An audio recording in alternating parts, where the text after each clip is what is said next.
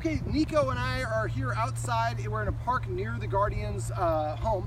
And as you can see, we have the list. We have a friend here who's helping us out with another dog. This is called Behavior Adjustment Training, or BAT, B-A-T. Now you can see he's very interested in the other dog, but he's not barking, lunging, and snarling at the other dog because the distance is big enough for him to be relaxed. So now I have a really long lead here. This is a 20-foot lead.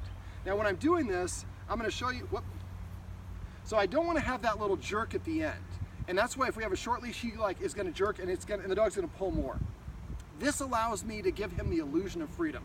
I have the leash around my arm, and and a lot of people when they do their leash, they loop it like this. I'm going to go back and forth kind of in figure eights. This way it doesn't get tangled, because if he does take off, I want to let him go and start braking by slowly holding my hand on here to slow him down so he gradually slows down. And like I said, this is to give him the illusion of being free. Now, if your dog does lunge a lot, you might want to get actually fingerless gloves, because I've had dogs go quick and the leash will burn your hand. Now, if you could toss me clothes and toss me the cheese, or just toss me the bag of cheese, actually, now that I think about it. We have I have this, which is just some shredded cheddar cheese. When a dog is calm and relaxed, or wants to calm another dog down, it'll often sniff the ground. So in this behavior adjustment training, the last thing I want to do is pull on the leash or stop him or allow there to be tension on the leash like this. So as we get closer, you might see me sprinkling some of this cheese on the ground, and that provides a nice little distraction. Now, a couple little other tips before we get started. When you do this, ideally, we didn't do it here today, but ideally what we'd like to do is have Niko and his guardian show up to the place we're going to do this first. He's doing a good job because he's not sniffing, but a lot of dogs, they want to explore the area. So you might want to go to the same spot once or twice before you actually have your friend come over, so he's familiar with the area. And when you get there, give him about 10 minutes to wander around, sniff around, doing the leash. This will help you practice taking the leash in and out. And as you're walking around with him, as he comes towards you, you're going to go like this. As he goes further away from you, you're going to let it go out. So you're going to practice. Actually, if you can make sure you see more of me. So now he has a little bit more leash. He's stationary. I'm going to be following him, and then I'm going to kind of choke the slack back up. So you're going to doing a lot of this. And then as he goes, you let him kind of go a little bit. This is, we don't want him to lunge at the other dog. That's a little bit of a dominance thing. He's trying to claim his territory. All right, so what I'm going to do now is I'm going to let him take the lead. I don't want to tell him where to go, but I don't want to, so that you saw that movement right there caused him to kind of be interested. That would be a great time to sprinkle a little bit of cheese. Now I have some really high value training treats here, and I'm going to call him away if I think he's getting in trouble. Now usually we look at the dog's tail, we can't do that with him, and we're looking at the leash. Does the leash have tension on the line? If the leash starts getting tense, or he gets stiff, or he starts staring, or holding his breath, or breathing heavy, or stop breathing, those are signs that he's getting close to his breaking point. The whole point of BAT is the dog has to be in this what we call sub-threshold. He's nice and relaxed. See, so I'm letting the leash out, and he can kind of wander around on his own. All right, Niko.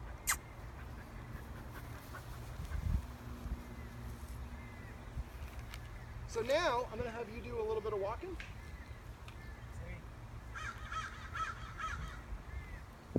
And I'm choking the leash up so that we don't have that extra space. And he's more interested in the cheese than he is the other dog. And that's what we want. We want him to practice being around the other dog without being aggressive. This is really subtle. I mean, a lot of people think it just looks like you're just walking around. Kind of. We're helping him practice being closer and closer to the other dog. I'm going to have you kind of walk around this table right here. And the point of sprinkling the cheese, it's a stronger distraction, but instead of giving a treat, this shredded cheese, he's got to work for it. He's got to really work to get this cheese between all the blades of grass.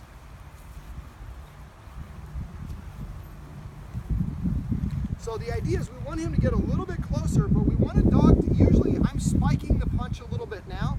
We usually want the dog to do his own thing. So if you can kind of just come and walk like a loop around this concrete deal.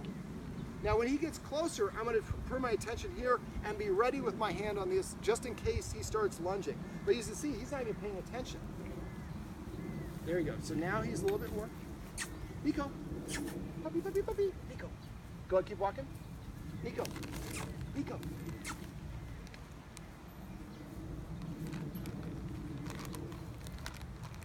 Yeah. Sitting is a really good sign. Dogs don't sit if they're aggressive or territorial. They want to be ready for battle. So as he comes around, I have a handful of cheese and go a little bit closer to us.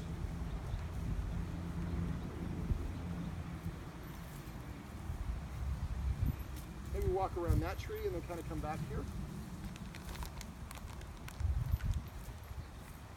Now I don't want to be too liberal with the cheese because I don't want to be exclusively, see, there you go. So he was able to look at the other dog. Now this also creates a little bit of a positive reinforcer, but cheese is not what we want to do. This is just to kind of spike and get him started a little bit at the beginning. Niko, puppy, puppy, puppy. So when he starts to stare right there, that's when I called. I want to bail him out way before he gets excited. Just like us, if you get two people who are arguing and they've been arguing for 10 minutes and you're trying to get them to stop, they can't let the argument go because they're invested in it. But you catch them right if they start talking about something. Hey, I don't want to talk about politics. Okay, they can let it go. Niko, come here. I'd like him to kind of be looking at him, so I'm going to wait until he gets a little closer.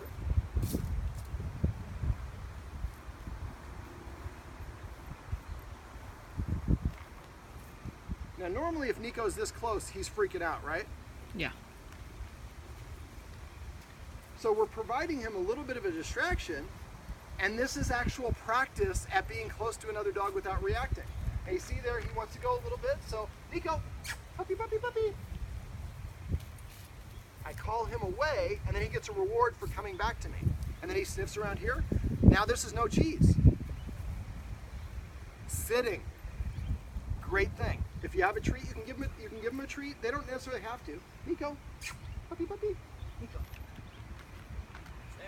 That's very good, buddy. Like, as long as we're in the shade, I'm happy. Let's get a little bit. There we go.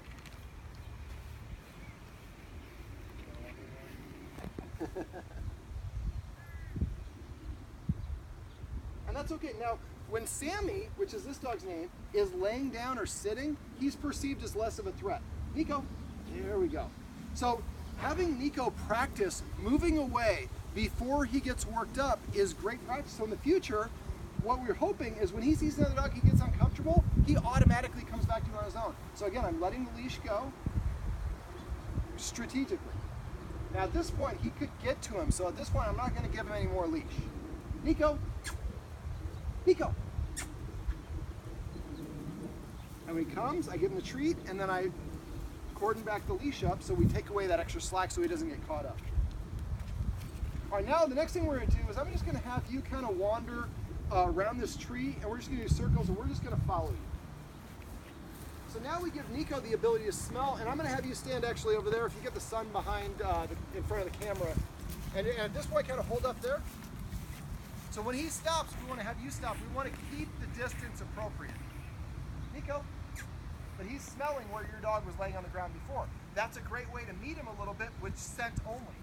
There we go. Niko. Niko. Now again, the guardian's going to want to do this, and again, I'm not pulling him. Niko, puppy, puppy, puppy. A high-pitched voice can be more attractive to dogs. But this is what I talked about earlier. We want to give him a chance to wander around and sniff before we start practicing so he gets this out of his system. There we go, Niko. Come on, Niko.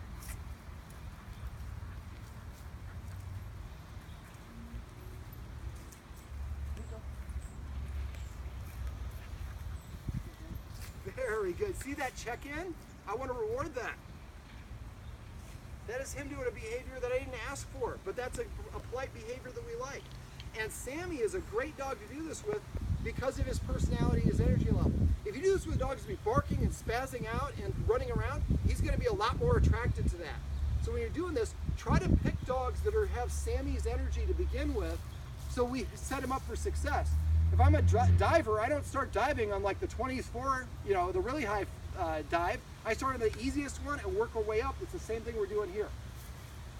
So he sees he's peeing a little bit, and so that's something he's going to want to mark over. So now we're going to let him go over to where that was. And again, I'm letting him take the lead, not me. Niko.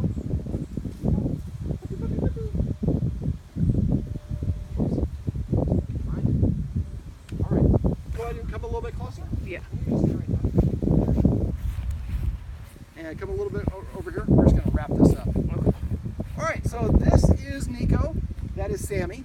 And this is basically an example of what we call behavior adjustment training. Now, if you have a dog that's dog reactive, like Niko here, you can get him progressively closer and closer. It's going to take a little bit of time to practice, but eventually Niko's kind of like, what's that dog all about? He's not trying to charge me. He's not trying to do anything I don't like. Now I'm a little bit curious about him. Now, if we do get to the point where we want to let them interact, that would probably be after a couple of practices like this, and we might introduce a muzzle on Niko just to make sure that if we read it wrong, he's not going to freak out and harm the other dog. Now, there's a book on this. It's called Behavior Adjustment Training 2.0 is the newest version of the book. So if you have a dog that's reactive, you might want to try this technique. It's a great book, and they have a great website with all sorts of resources. BAT training, or behavior adjustment training. Niko, can we get a sit? Sit. This is how you can do BAT to stop your dog from reacting to other dogs.